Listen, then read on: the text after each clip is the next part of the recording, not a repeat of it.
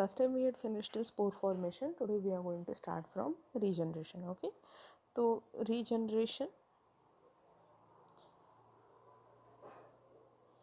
it is the next technique which is being used. तो ये जो होता है ये काफ़ी मल्टीसेलुलर ऑर्गेनिजम्स में होता है जिसका बॉडी डिविजिबल है, यानी कि जैसे हमने लास्ट टाइम बात की थी अबाउट हाइड्रा, वैसे ही हाइड्रा के जैसे और भी है. जैसे हम यहाँ पे एग्जांपल लेंगे ऑफ से प्लेनेरिया.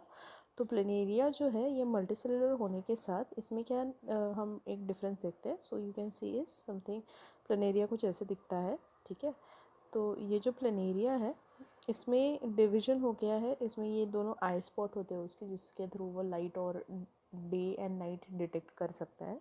ये उसका माउथ एंड एनस है और ये एक वर्म है. ठीक है, तो ये जो प्लेनेरियल वर्म है तो इसमें बहुत सारा सेल्स में डिवीजन ऑफ लेबर हो चुका है. तो इसमें से कुछ सेल्स है जो डिवाइड हो जाते हैं इनटू रीजनरेटिव सेल्स, और ये जो रीजनरेटिव सेल्स है these will take part into say division of the body tissue. Okay, तो इसमें क्या होता है कि जैसे for example if the planaria is cut into 3. ठीक है, तो ये जो इसके तीनों अभी जो पीसेस बनेंगे they will individually start doing regeneration and create 3 planarial worms. Okay, तो सपोज ये एक हो गया, ये एक मिडल पीस हो गया इसका, और ये एक नीचे वाला. ठीक है, तो इसमें जो रीजनरेटिव सेल्स है they will come and get accumulated here. ठीक है, इसके will get accumulated here and here, और इसके will come and get accumulated here, and then they will start sensing the area which is absent. Okay, तो ये sense करेगा कि इसके नीचे का पार्ट पूरा चला गया. ये देखेगा कि ऊपर का head like region and tail like region is gone, and this region will sense that ऊपर का पूरा रीजन गया है, and then it will start regenerating. और फिर इसमें से बनेगा ये प्लेनेरियल वर्म, इसमें से बन जाएगा ये सेकंड वाला,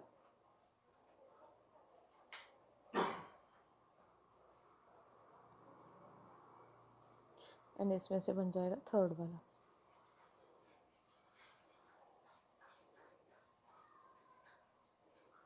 so from 1 planarial worm now we will have 3 planarial worms.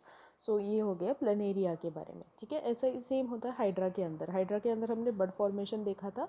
तो बर्ड फॉर्मेशन में हमने पढ़ा हुआ है कि हाइड्रा में regenerative cell get accumulated into one place and then they form the bird. वैसे ही हाइड्रा अगर ब्रेक होता है तो हाइड्रा के अंदर से भी we can say regeneration technique के through there can be more hydras produced. ठीक है, so suppose this is the hydra and if it is cut from here then it will produce 2 hydras now.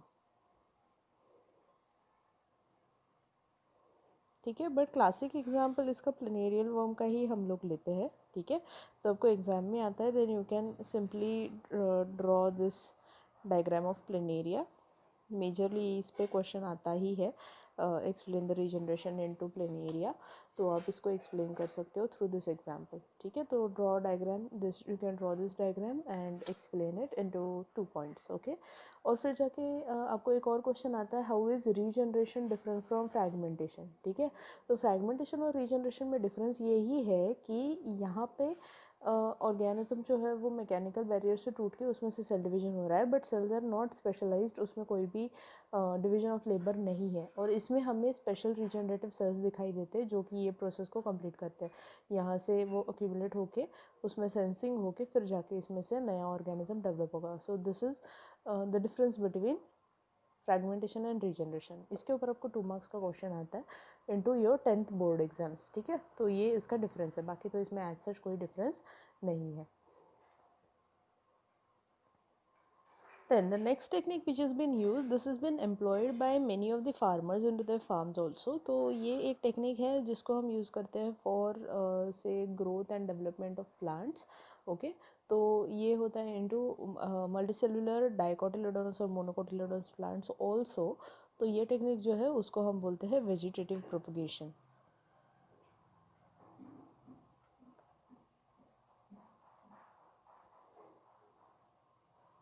ठीक है, तो vegetative propagation जो है ये technique को हम यूज़ करते हैं on the basis of one major point that is called as the totipotency. ठीक है, तो टोटीपोटेंसी याद करना बहुत ज़रूरी है। सेल चैप्टर में आपने इसको पढ़ा हुआ है, what is meaning of totipotency, ठीक है। तो टोटीपोटेंसी का मतलब क्या है, total potential to produce one entire plant और organism using one single cell, ठीक है। So from one cell we can produce one whole organism,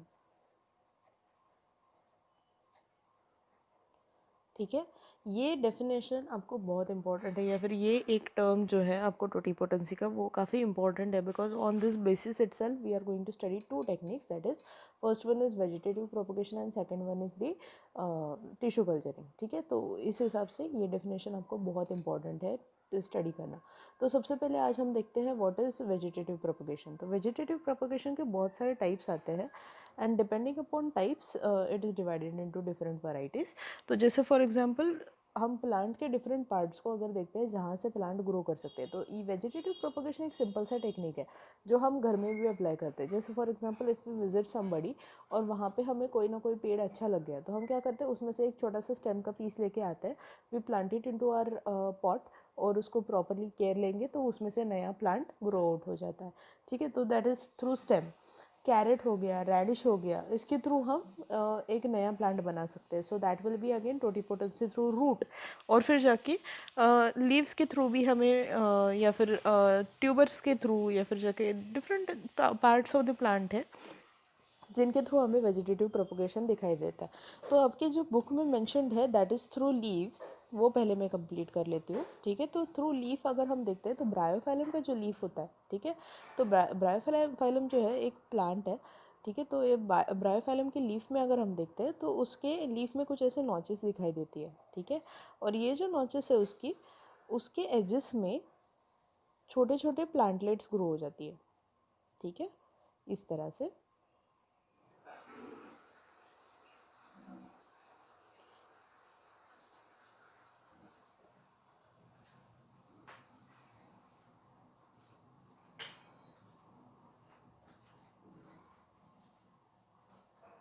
और जैसे ही ये लीफ गिर जाता है प्लांट से, ठीक है, और ये जाके जब भी कोई भी उसके आजू बाजू जो मॉइस्ट सॉइल एरिया रहेगा वहाँ पे जाके ये गिर जाएगा, तो ये जो छोटे प्लांटलेट्स है ये वहाँ पे जाके गिर जाएंगे और वो वहाँ से ग्रो होना शुरू हो जाएंगे, ठीक है।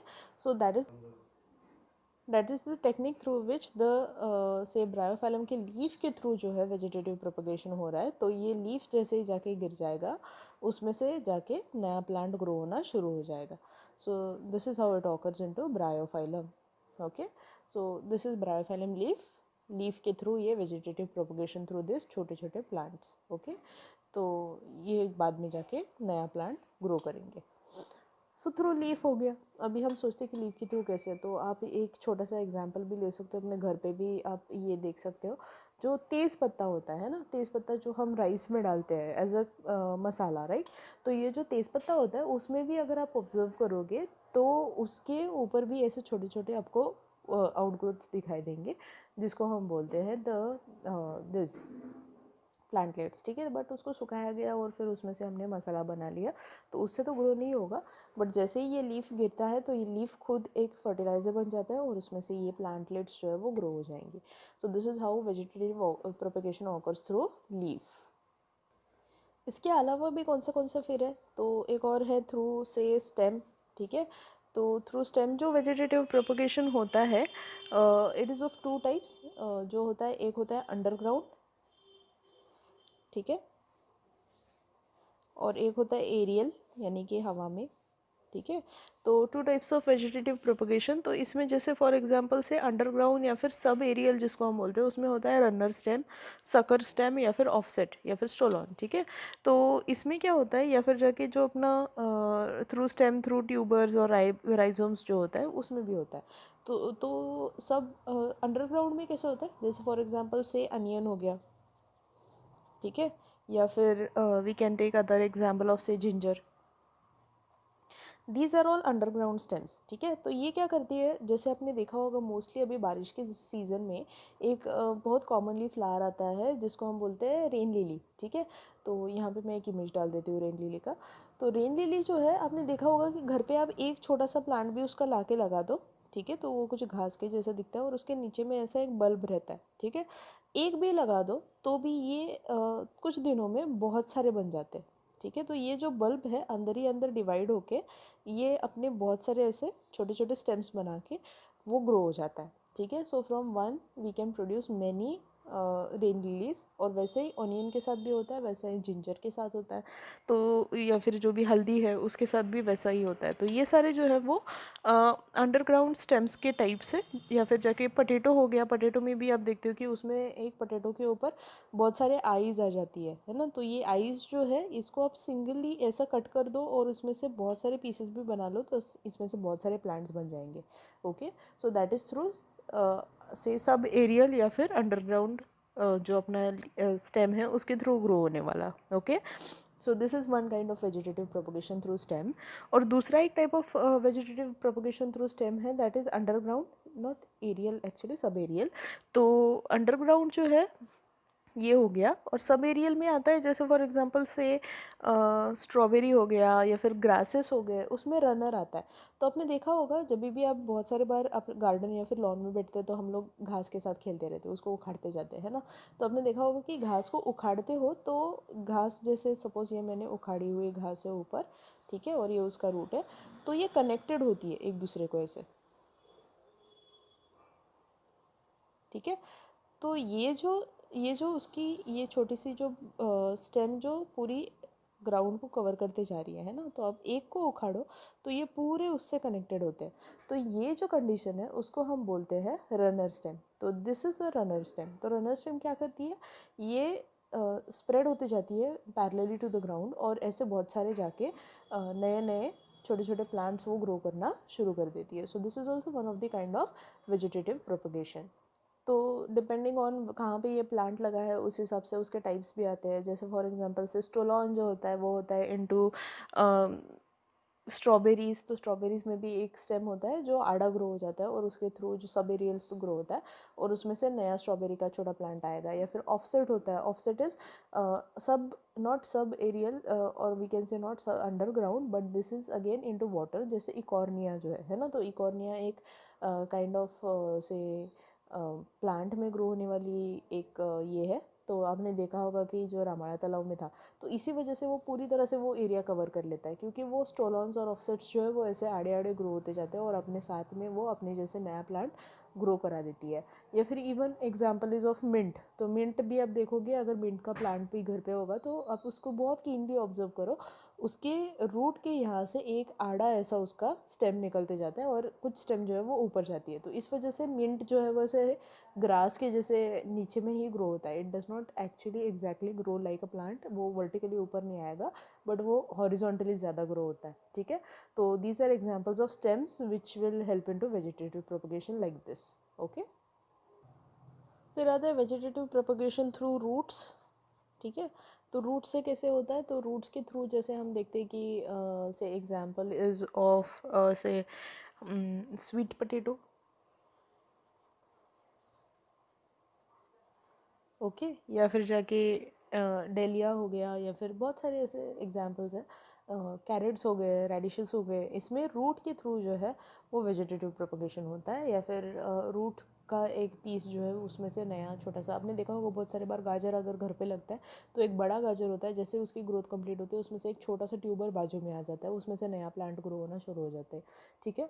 तो ये हो गया vegetative propagation through roots, okay. तो वैसे ही स्वीट पोटैटो का है, वैसे ही डेलिया प्लांट का है, ठीक है।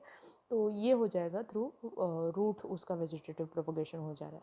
अब ये तो हो गया नेचुरल वेजिटेटिव प्रोपगेशन। इसके अलावा आर्टिफिशियल भी होता है, ठीक है। तो आर्टिफिशियल वेजिटेटिव प्रोपगेशन जो है उसको फार्मर्स यूज़ करते हैं इनटू एग्रीकल्चरल प्रोडक्ट्स। तो जैसे फॉर एग्जांपल से बहुत सारे बार फार्मर्स जो है they use a technique called as the cutting technique, okay. या फिर secondly they use a technique which is called as a grafting technique, okay. और एक टेक्निक होता है जिसको हम बोलते हैं लेयरिंग, ठीक है। तो ऐसे करके कुछ टेक्निक्स है जिनको हम यूज़ कर सकते हैं फॉर वेजिटेटिव प्रोपगेशन। तो एक एक करके हम इनको स्टडी करते हैं। तो जैसे फॉर एग्जांपल से अगर हमें कटिंग टेक्निक यूज़ करना है तो हम क्या करते हैं, सबसे पहले तो प्लांट को लेते हैं, ठीक है। और suppose this is the root of the plant, okay. और इसमें से हम क्या करेंगे, फिर एक जो कट है वो निकालेंगे प्लांट का, ठीक है। और इसको फिर जाके हम दूसरी जगह पे प्लांट करेंगे। कटिंग टेक्निक काफ़ी इजी होता है, okay. And once we start watering it and everything, तो जाके इसमें से फिर छोटा छोटा रूट फॉर्मेशन स्टार्ट हो जाएगा, ओके। और फिर जाके हमारे पास दो प्लांट्स हो जाएंगे, इसमें से ऊपर में स्टेम्स आना शुरू हो जाएंगे और इसमें से रूट्स आना शुरू हो जाएंगे। सो this is simple technique, cutting technique. एक कट निकाला स्टेम में से, एक को लगा दिया प्लांट में से, यहाँ के जो सेल्स है उन्होंने टोटीपोटेंसी फॉलो करके यहाँ से रूट बना लिया, इन्होंने टोटीपोटेंसी फॉलो करके ऊपर स्टेम बना लिया। Cutting technique done, okay. Second आता है ग्राफ्टिंग टेक्निक। ग्राफ्टिंग टेक्निक में हम क्या करते हैं कि अभी जो हमने कट निकाला था वैसे ही सेम टेक्निक से हम क्या करेंगे, इसमें से कट निकालेंगे, ठीक है। अब इसको जो प्लांट को हमने ऊपर का सेक्शन कट किया है इसको बोलते हैं स्टॉक, ठीक है। और फिर इसके ऊपर हम एक दूसरे प्लांट का एक कट निकालेंगे और इसको यहाँ पे जॉइन कर लेंगे और फिर ऊपर से हम इसको टेपिंग कर लेंगे, ओके। और ये जो बना है अभी ये जगह पे, इसको हम बोलते हैं ग्राफ्ट, ठीक है। और ये जो ऊपर लगाया है इस सेक्शन को हम बोलते हैं स्कायन, ठीक है। तो स्टॉक के ऊपर स्कायन जोड़ो और उसको रैप कर लो, उसको बोलते हैं ग्राफ्टिंग। अब इसको हम किस तरह से डिसाइड करेंगे कि कौन स्टॉक रहेगा कौन स्कायन रहेगा, है ना। तो इस टेक्निक को यूज़ करते वक्त हम ये ध्यान रखते हैं कि स्टॉक जो है it should be a plant which grows into any kind of soil condition, and स्कायन should be a plant which will give us good amount of product and which will give us proper growth देने वाला product, या फिर से fruit अच्छा देने वाला product. तो जिसको सॉइल के साथ सपोज ग्रोथ में डिफ़िकल्टी हो रही है तो इस कंडीशन में हम क्या करते हैं, ये कटिंग ग्राफ्टिंग टेक्निक को यूज़ करते हैं। इसको आपने मेजरली गार्डनिंग में बडिंग करके भी सुना होगा, है ना। तो जैसे आप गार्डनिंग में देखते हो तो आपको बडिंग वाले रोजेस मिलते हैं, बडिंग वाले से जासवंद मिलता है, राइट। तो उसमें क्या करते हैं, instead of doing this entire technique of stock and स्कायन, वो लोग क्या करेंगे, जो अपना से एक स्टॉक ले लेंगे, ओके। और स्टॉक में एक नॉच बनाएंगे और इस नॉच में दे विल ऐड अ बड, ठीक है। कोई भी एक मेरिस्टेमेटिक बड निकाल के उसको अटैच करेंगे, फिर उसको रैप करेंगे एंड देन इसमें से जब प्लांट ग्रो होगा तो उसको बोलते हैं बडिंग, ठीक है। तो इसी काइंड ऑफ टेक्निक है, सिमिलर ही काइंड है, बस इसमें हमने एक सिर्फ बड यूज़ किया हुआ है, इसमें हमने पूरा एक स्टेम यूज़ किया हुआ है। सो this is cutting grafting, this is only cutting technique and this is budding technique. तो ये हो गया दो types of artificial vegetative propagation. इसके अलावा वेजिटेटिव प्रोपगेशन का एक लेयरिंग करके टेक्निक है। तो लेयरिंग का टेक्निक बहुत इजी है। जैसे फॉर एग्जांपल से कोई एक प्लांट है जिसका स्टेम बहुत ग्रो होता है, ओके। हम उसको लेंगे, ये उसके रूट्स है, ठीक है। और फिर क्या करेंगे हम लोग, एक कोई भी स्टेम को चूज़ करेंगे, ओके। अब इसमें प्लांट के बहुत सारे टिश्यूज़ का फंक्शनिंग हम इन्वॉल्व कराते हैं, तो इसको हम चूज़ करेंगे और चूज़ करके इसको बेंड करके फिर से यहाँ पे बरी करके इसको ऐसे छोड़ देंगे, ठीक है। तो क्या किया हमने, एक स्टेम लिया, सिलेक्ट किया, उसको हमने क्या किया है, सॉइल में उसको बरी कर दिया और उसका एंड जो है वो यहाँ पे छोड़ दिया। अब इसको जैसे ही हम इस तरह से रखेंगे तो प्लांट का सेंसिंग स्टार्ट हो जाएगा कि ये वाला पार्ट जो है वो ज़मीन के अंदर है और ये वाला पार्ट जो है वो एरियल है। तो इसकी वजह से क्या होगा, यहाँ से वो gravitational force acting on it की वजह से यहाँ पे रूट बनाना शुरू कर देगा, ठीक है। और जैसे ही रूट बनाना शुरू कर देगा वो यहाँ से और जाके स्टेम्स ग्रो भी करना शुरू कर देगा, ठीक है। जैसे ये टेक्निक हो, ये यहाँ से नया प्लांट बनना शुरू हो जाता है, इसको हम यहाँ से ब्रेक कर देंगे। Now from one plant we have two plants, this technique is called as layering, ठीक है। तो ये हो गए आर्टिफिशियल वेजिटेटिव प्रोपोगेशन के टाइप्स। इसके अलावा बहुत सारे टाइप्स हैं, जितने हम पढ़ेंगे उतने कम हैं। तो बट इतने तो काफ़ी है आपके लिए समझने के लिए कि आर्टिफिशियल वेजिटेटिव प्रोपोगेशन कैसे कर सकते हैं इनटू गार्डनिंग और अदर टेक्निक्स, ठीक है। तो ये इतना ही याद रखो तो भी काफ़ी है। इसके ऊपर 8th में तो कोई ज़्यादा क्वेश्चन नहीं आएगा, बट देन 10th में आपको इसके ऊपर से कॉम्पिटेटिव एग्जाम्स के लिए वगैरह इंपॉर्टेंट है, ओके। अदर देन दिस तो एज सच तो है नहीं, आपको सिर्फ वेजिटेटिव प्रोपगेशन में ब्रायोफाइलम लीफ ही आता है, तो ब्रायोफाइलम लीफ ही आपको याद रखना है फॉर एनसीईआरटी, ठीक है। तो वो एक टेक्निक है अबाउट वेजिटेटिव प्रोपगेशन। तो इसके अलावा एक और टेक्निक है जिसको हम बोलते हैं टिश्यू कल्चरिंग। तो टिश्यू कल्चरिंग भी यूज़ कर होता है and on the same basis that is of totipotency. तो उसी हिसाब से हम इसको स्टडी कर लेते हैं कि कैसे tissue culturing is used into growth, ठीक है। तो सबसे पहले तो हम क्यों टिश्यू कल्चरिंग करेंगे तो वो मैं बताती हूँ। तो टिश्यू कल्चरिंग एक ऐसा टेक्निक है जिसको हम यूटिलाइज करके बहुत कम टाइम में बहुत ज़्यादा प्लांट्स प्रोड्यूस कर सकते हैं। ओके तो जैसे फॉर एग्जांपल से कोई एक प्लांट है जिसमें सीड नहीं आता है, ऐसे बहुत सारे प्लांट है जो सीडलेस होते हैं, है ना। या फिर ऐसा कोई प्लांट है जो एक्सटिंक्शन के मोड पे है और उसमें रिप्रोडक्शन नहीं होने वाला है। या फिर ऐसा कोई प्लांट है जो यूनिसेक्सुअल है और उसमें से फीमेल प्लांट मर गया, मेल प्लांट मर गया है, तो उसमें रिप्रोडक्शन नहीं होने वाला है। तो ऐसे प्लांट्स को बचाया कैसे जाए। ओके तो उनके लिए हम क्या करते हैं, टिश्यू कल्चरिंग टेक्निक को अप्लाई करते हैं। तो टिश्यू कल्चरिंग हम कैसे करते हैं, तो सबसे पहले तो मैं टेक्निक बताती हूँ और फिर बाद में हम इसके ऊपर डिटेल में डिस्कशन करेंगे, ठीक है। तो जैसे फॉर एग्जांपल कुछ इंपॉर्टेंट प्लांट्स लाइक ऑर्किड्स हो गए, तो इसमें seed production occurs once in a while. Okay तो इन प्लांट्स को कंजर्व करना, इन प्लांट्स को प्रिजर्व करने के लिए हम टिश्यू कल्चरिंग यूज़ कर सकते हैं। तो कैसे करते हैं टिश्यू कल्चरिंग, तो सबसे पहले तो हमें एक डोनर प्लांट चाहिए, ठीक है, जिसके थ्रू हमें उसका मेरिस्टेमेटिक रीजन मिलेगा या फिर मेरिस्टेमेटिक टिश्यू हम लेंगे इसमें से। ओके और से उसका हमने अपाइकल मेरिस्टेम ले लिया, ठीक है। तो जो मेरिस्टेम निकाला हुआ है इसको हम बोलते हैं एक्सप्लांट, ठीक है। तो एक मेरिस्टेमेटिक रीजन लेने का रीज़न क्या है, क्योंकि मेरिस्टेमेटिक टिश्यू ही ऐसा रीजन है जो सेल डिवीजन करता है, राइट। तो इसीलिए हम एक्सप्लांट निकालेंगे तो मेजरली हम वो देखेंगे कि मेरिस्टेमेटिक टिश्यू का रीजन है। एक्सप्लांट निकालो और उसको डाल देते हैं हम लोग न्यूट्रिएंट मीडियम में, ठीक है। तो now what is nutrient medium, तो एक फ्लास्क लेते हैं हम लोग और उसमें एक ऐसा सॉल्यूशन बना देते हैं जिसको हम फूड बोल सकते हैं प्लांट का, जिसमें प्लांट को लगने वाले सारे न्यूट्रिएंट्स है, प्लांट को लगने वाली सारी चीज़ें हैं, उसमें प्लांट के हार्मोन्स है, उसमें प्लांट को एसेंशियल न्यूट्रिएंट ग्रोथ के लिए जो भी सारी चीज़ें हैं वो सब डाल देंगे। और फिर हम क्या करेंगे, उसको कॉटन के प्लग से क्लोज कर देंगे ऊपर में, ओके। और इसमें हम एक्सप्लांट को रख देंगे, ठीक है। और इसको लगा देते हैं रोटर के ऊपर। रोटर इज़ अ मशीन जो कि ऐसा थोड़ा सा रेक्टेंगुलर होता है, ओके। और इसमें नीचे में एक व्हील होता है जिसके ऊपर से ये गोल गोल ऐसे घुमाया जाता है, ठीक है। तो गोल गोल घूमेगा तो फिर ये एक्सप्लांट को नया नया न्यूट्रिएंट, फ्रेश न्यूट्रिएंट हमेशा एक्सपोज होते जाएगा। अब जैसे जैसे इसको एक्सपोज होते जाएगा, जैसे जैसे इसको फूड मिलते जाएगा, तो एक्सप्लांट साइज़ में ग्रो होना शुरू हो जाएगा, है ना। So from its basic size it will grow more in size, और फिर कुछ टाइम बाद इसके छोटे छोटे पीसेस जो है वो इसमें और ग्रो हो जाना शुरू हो जाएंगे, ठीक है, जो भी सेल सेपरेट होंगे। And then they will individual start growing like this. तो हमारे पास एक मेरिस्टेमेटिक टिश्यू का टुकड़ा था, अब हमारे पास बहुत सारे हो जाएंगे, ठीक है। So after certain say amount of growth of this explant what we can do is take out this explant, okay. और इसको अब हम क्या करेंगे, we can cut it, either cut it into pieces और we can directly use it.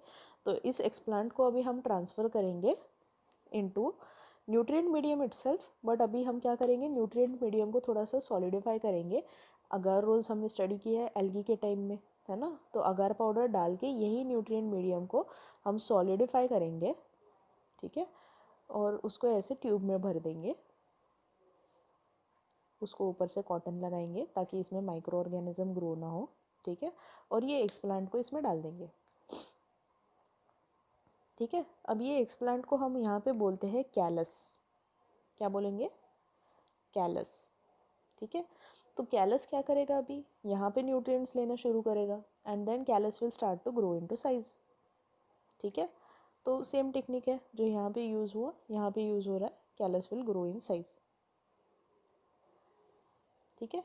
जैसे ही callus size में grow होना शुरू हो जाता है तो इसमें हम उसमें हार्मोन्स डाले हुए हैं। तो hormones like 10th class students no, तो there are hormones like auxins and gibberellins into it और cytokinins also. So because of which what will happen, they will start seeing a growth here and here, ठीक है। तो यहाँ से और यहाँ से ग्रोथ होना शुरू हो जाएंगे, और after certain period of time यहाँ पे हमें लीफ फॉर्मेशन और रूट फॉर्मेशन दिखना शुरू हो जाएगा, ठीक है। तो हम ऐसे क्या करेंगे, मल्टीपल ट्यूब्स बना लेंगे कैलस की, क्योंकि अपने पास इतना सारा एक्सप्लांट है ना अभी, ठीक है। तो मल्टीपल ट्यूब्स बना लो,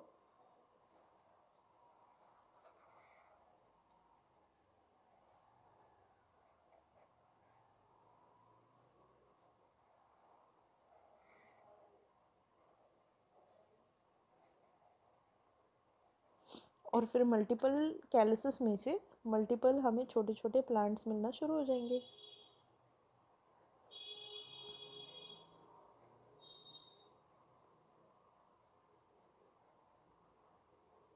ओके, सो ऐसे मल्टीपल प्लांट्स जब हमारे पास हो जाएंगे, फिर हम थोड़ी देर के लिए इसकी राह देखेंगे ग्रोथ प्रॉपर होने के लिए, and then we will take this plants and we will transfer them into pots.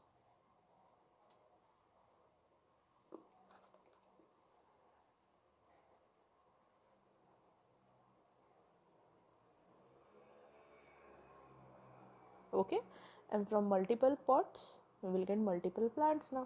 तो ऐसे करके हमारे पास एक बार में बहुत सारे प्लांट्स आ जाएंगे। सो इन केस ऑफ से इमरजेंसी सिचुएशन, तो भी हमें बहुत सारे प्लांट चाहिए, या फिर जाके वो मैंने जैसे बहुत सारे रीजंस बताए कि अपने पास मेल प्लांट नहीं है, फीमेल प्लांट नहीं है, रिप्रोडक्शन नहीं हो रहा है, सीड प्रोडक्शन नहीं हो रहा है, तो ये कुछ दिनों में हम अचीव कर सकते हैं। कुछ दिनों में अपने पास बहुत सारे छोटे प्लांट्स आ जाएंगे into weeks of time. Okay, एक प्लांट में से रिप्रोडक्शन होके उसमें से एक नया प्लांट प्रोड्यूस होने के लिए, से एक छोटे प्लांट को हमने लगाया, उसको ग्रो होने के लिए 5 साल, उसमें फ्लावर आने के लिए और 1 साल, फ्लावर में से फ्रूट बन के सीड निकलने में एक और साल। तो ऐसा करके जब ये सब होने के बाद अपने पास एक प्लांट आ जाएगा, तो वो प्लांट, नया प्लांट आने के लिए 6 साल लगेंगे। But through tissue culturing technique हम ये टाइम रिड्यूस करके within weeks we can have छोटे छोटे प्लांटलेट्स इनटू आवर फार्म, ठीक है। अभी एक और इम्पॉर्टेंट चीज़ इसमें ये है, भले ही ये सुनने में इतना इजी और सब कुछ लग रहा है, बट ये सब कलेक्शन करना, फिर जाके उसमें से ये सब करना, इसके और यहाँ तक ग्रो होने के लिए हमें लेबॉरेटरी चाहिए, हमें बहुत सारा बहुत बड़ा सा ऐसा से तामझाम चाहिए जिसमें ये सब कर सकेंगे, और फिर जाके बड़े से सब लेबॉरेटरी में एसेप्टिक कंडीशंस वगैरह मेंटेन करना पड़ेगा, क्योंकि ये न्यूट्रिएंट मीडियम में माइक्रो ऑर्गेनिजम्स भी जल्दी कंटेमिनेशन कर देंगे। तो इसीलिए ये सब करने के लिए हमें बहुत सारा इंस्ट्रूमेंटेशन और ये सब लगेगा। तो इसीलिए सब लोग तो नहीं कर सकते, लेबॉरेटरी में ही करना पड़ेगा, but then through this technique we can achieve many different things, that is through tissue culturing we can achieve a good level of say जो हमें नीड है उसको हम फुलफिल कर सकते हैं, ठीक है। Okay, so that's it. So these are the different kinds of techniques which are used into vegetative propagation. Here we say end with the asexual reproduction in plants and animals.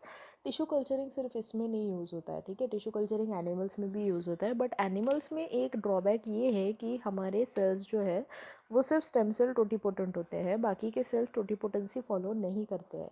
तो उस वजह से क्या होता है कि हम टिश्यू कल्चरिंग यूज़ करके हमारे बॉडी के टिश्यूज़ बना सकते हैं, but we can not produce one entire animal, ठीक है। तो जैसे फॉर एग्जांपल से किसी को कुछ इंजुरीज़ की वजह से स्किन ख़राब हो गया, तो ग्राफ्टिंग बनाने के लिए हम नया स्किन प्रोड्यूस कर सकते हैं। कैंसर सेल्स को स्टडी करने के लिए हम टिश्यू कल्चरिंग यूज़ कर सकते हैं। Different kinds of drug theories को यूज़ करने के लिए, जैसे कोई वैक्सीन बनाए, कोई नया कॉस्मेटिक टेस्ट करना है, इनके सब के लिए हम टिश्यू कल्चरिंग के सेल लाइन्स बना सकते हैं, और उसके ऊपर हम ये सारे ड्रग्स को या फिर कॉस्मेटिक्स को या फिर जाके मेडिसिन को टेस्ट कर सकते हैं, और sorry, without harming any animal we can achieve the results into laboratory. तो ये टेक्निक्स को हम यूज़ कर सकते हैं into laboratories. तो ये हो गया different kinds of techniques which are utilized for reproduction without involving two parents. यहाँ पे सिर्फ एक parent involve हो रहा है और हमने reproduction अचीव कर लिया। सो सेम इसमें और एक चीज़ है, जो प्लांट जैसा दिख रहा था वैसे ही ये सारे प्लांट्स दिखेंगे, यहाँ पे जैसा प्लांट था वैसा ही ये प्लांट रहेगा, सेम टू सेम, कोई डिफरेंस नहीं, यहाँ पे भी वैसा ही है, ठीक है। तो ये एक चीज़ है कि इसमें कोई भी जेनेटिक रिकॉम्बिनेशन नहीं होगा, इसमें कोई भी म्यूटेशन नहीं होगा, इसमें कोई भी इवोल्यूशन होने के चांसेस सबसे कम होती है। तो ये इसके कुछ ड्रॉबैक्स हैं। So that will be given into your notes also. We will have a reading session on this and a Zoom session for discussion of those things. So these are the plus points and the types of the say reproduction through asexual mode. So I hope सब कुछ clear है. Next class जो रहेगा वो Zoom class है for both 8th and 10th. So be ready for that. Be ready with your doubts. Okay. I'll see you next time. Bye.